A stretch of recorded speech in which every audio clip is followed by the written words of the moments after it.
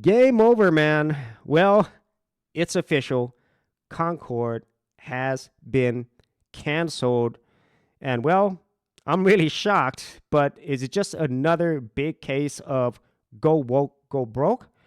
Or is there something more to this? So let's go ahead and check this out. If you actually go to the PlayStation's official blog, they made an important update today from Ryan Ellis, the game director at Firewalk Studios, who actually created the game and is published by Sony. And so they're saying as of September 6, 2024, this game will go offline. This is a live service game, so you basically won't be able to play it anymore, nor will you be able to purchase it. And for anybody who's already purchased this on PS5 or PC, they can get a refund. So at least there's that. And the thing is, I think all gamers, especially those who've been gaming for a while, kind of knew that Concord was not going to last long, but I don't think anybody expected it to be gone in just a few weeks of it being released. And if you go to the Steam store, it says it's no longer available here. And, this was a very, very big game for Sony.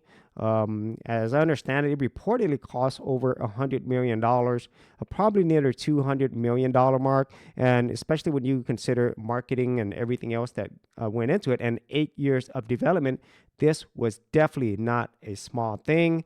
But considering at peak, there was like less than 700 people playing and maybe about 30,000 copies sold, which is basically a little over $1 million. There was no way that Sony was going to be able to recoup their costs. And even if people were still playing, it costs money to keep those servers running. And it would take a long time for people to find a game to play because honestly, there wasn't really anybody playing this game. And it kind of goes to the first thing that I mentioned is that go woke, go broke. This is something that has been talked about for many, many years. And it's not just in the gaming space. It's basically anything. Whenever you go woke, you're almost always going to go broke. But that's not the only thing that I think really led to the demise of Concord. Because typically, whenever we have these type of go woke, go broke games, it's about the game. And I think anybody who's been playing games where they are a retro gamer like me or they are a modern gamer, we all want the same thing. We just want a really fun game with interesting characters, a good storyline, and most of all, a game that we feel like it's worth playing and it's fun to play over and over. And to be honest with you, with modern games, that's not to say that there's not really great games, but at least for the big games, these AAA games and so forth, more and more of them are becoming less focus on that and more on other things, which I feel takes away from the fun factor of a game. And some recent examples of go woke, go broke besides Concord is Dustborn. This one has done really, really, really bad despite the mostly positive 131 reviews, and I'll tell you why that's important. And then Star Wars Outlaws, which has just recently been released. It's getting okay. I don't know how well it's going to sell, but it has a lot of bugs, some of which are game breaking, especially for PlayStation users.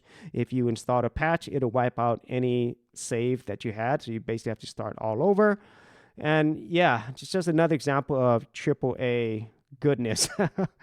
But there's the other side of it where there are some really, really great games. The one that sticks out the most recently is Black Myth Wukong. This has sold millions of copies, overwhelmingly positive reviews, 540,000 reviews at the time of this video compared to the 131 on Dustborn. And I kind of feel this one is going to probably be one of the biggest selling games of the year.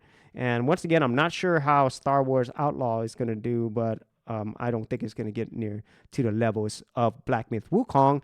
And then a game that was a little bit older is Stellar Blade, which also sold really well. This is available on the PlayStation 5, and later I'm pretty sure it is going to be available on the PC. And once again, this one really focuses on creating a really fun game. It's got all the other things that great games have: wonderful graphics, great sound, play mechanics, all those things.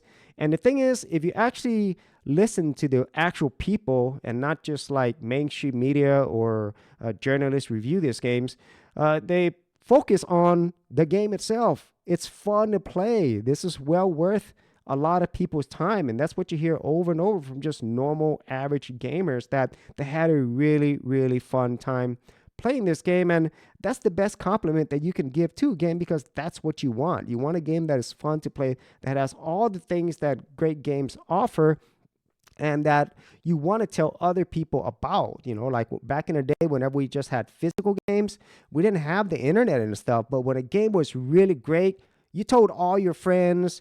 You couldn't stop talking about it. And if you're like somebody like myself who's a kid, you probably spent hours and hours playing this game.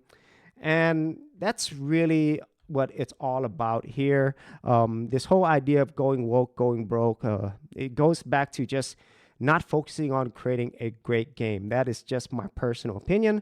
And here we see some examples of that. And like I said, that's not the only reason, but it is the primary focus, which means there's less focus on creating a great game. And no matter whatever else is involved with it, if that is not the primary goal of a game, it's going to get something like this, get results like this, where they're not selling well, people aren't playing it, and eventually you get canceled and it's game over. And in my opinion, definitely feel for anybody who's going to be losing their jobs or anything because of this. But I kind of feel like there probably needs to be more situations like this, so that these much bigger companies pouring millions and millions of dollars into this will finally realize and acknowledge that, hey, this isn't the right way to go, and that you need to go back to the basics. At least that's my hope. And with recent successes like Black Myth Wukong, Stellar Blade, and there's many other independent games that are really good. And I think there's another one called Forever Winter that looks really, really cool. And so those are my thoughts on that. I myself am a retro gamer, arcade games. That's what I enjoy the most. But I also appreciate games, that are new as well, especially when they are really, really good.